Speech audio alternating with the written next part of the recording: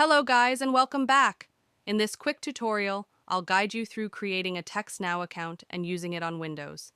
TextNow offers free and low-cost calls and texts. Let's jump in. Step 1.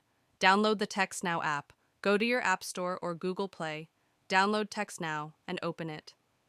Tap Sign Up. Step 2. Sign up with email. Choose Email Sign Up, enter your email, and verify with the code you receive. Create a strong password, provide basic info, and then tap Submit. Step 3. Choose your number. Select a number based on your area code. You're now on the main screen. Step 4. Start using TextNow. Make calls by tapping on the phone icon or send texts via the messages icon. Customize in settings, and that's it, guys. Enjoy TextNow's benefits. For updates, check the TextNow site. If this helped, give it a thumbs up. Thank you for watching.